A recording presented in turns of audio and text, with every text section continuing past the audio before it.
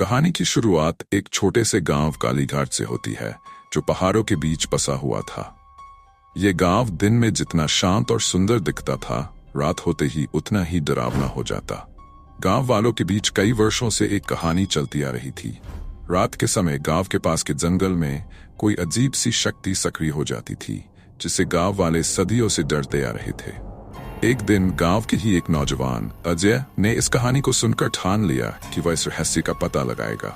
वह इस किस्से को बस एक मिथक मानता था और उसे यकीन था कि यह सब सिर्फ गांव वालों की बनाई हुई बात है।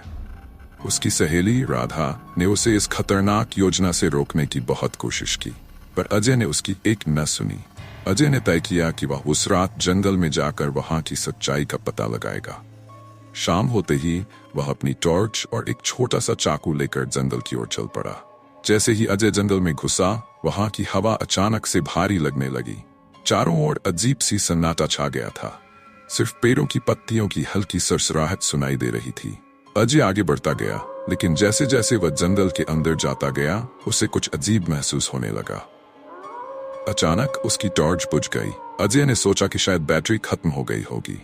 वह उसे ठीक करने की कोशिश कर ही रहा था कि अचानक उसके कानों में किसी के पैरों की आहट सुनाई दी। वह तुरंत चौकन्ना हो गया और चारों ओर देखा, पर वहां कोई नहीं था। वहां की हवा अब और ज्यादा ठंडी हो चुकी थी। उसकी रीढ़ की हड्डी में एक अजीब सी सिहरन दौड़ गई।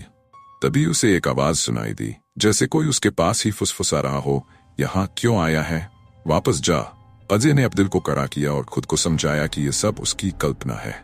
पर जब उसने पीछे मुड़कर देखा तो उसके पैरों तले जमीन खिसक गई।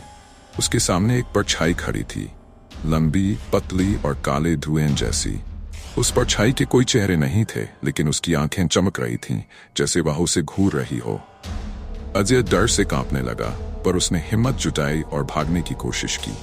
जैसे ही वह भागा, उसे महसूस हुआ कि वह परछाई उसके पीछे पीछे आ रही थी। उसके कदम और तेज हो गए, लेकिन वह जितनी तेज दौड़ता, वह परछाई उतनी ही तेज उसकी ओर बढ़ती। अचानक उसके पैर किसी चीज से टकराए और वह जमीन पर गिर पड़ा। गिरते ही उसकी नजर उस चीज पर पड़ी। वह एक पुराना लकड़ी का ताबूत था, जो जमीन के नीचे आधा दफन था। ताबूत से धीरे धीरे एक अजीब सी दुर्गंध आ रही थी। अजय की धड़कन तेज हो गई और उससे पहले कि वह कुछ कर पाता, ताबूत का ढक्कन अपने आप खुल गया। अंदर से एक बूढ़ी औरत का कंकाल बाहर निकला। उसकी आंखों में अब भी जीवित आत्मा की तरह चमक थी। वह कंकाल धीरे धीरे खड़ा हो गया और अजय की ओर आने लगा। अजय का शरीर जैसे जम गया हो। वह हिल भी नहीं पा रहा था। उसकी आंखों के सामने अब वह बूढ़ी औरत का कंकाल और वह परछाई दोनों थे। दोनों उसे घेरने लगे।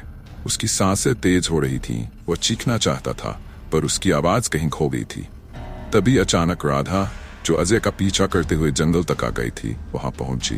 उसने अजय को जमीन पर गिरा देखा और उसकी हालत समझते ही वह उसके पास दौड़ी। जैसे ही राधा ने अजय को छुआ, वह परछाई और कंकाल दोनों ही गायब हो गए, जैसे कभी थे ही नहीं। राधा ने अजय को उठाया, पर वह अब भी सदमे में था।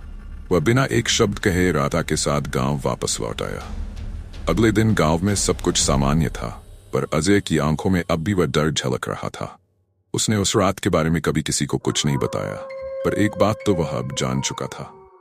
कालीघाट के जंगल में कुछ है जो अंधेरे में जागता है, और वह चीज अब उसे कभी चैन से नहीं रहने देगी।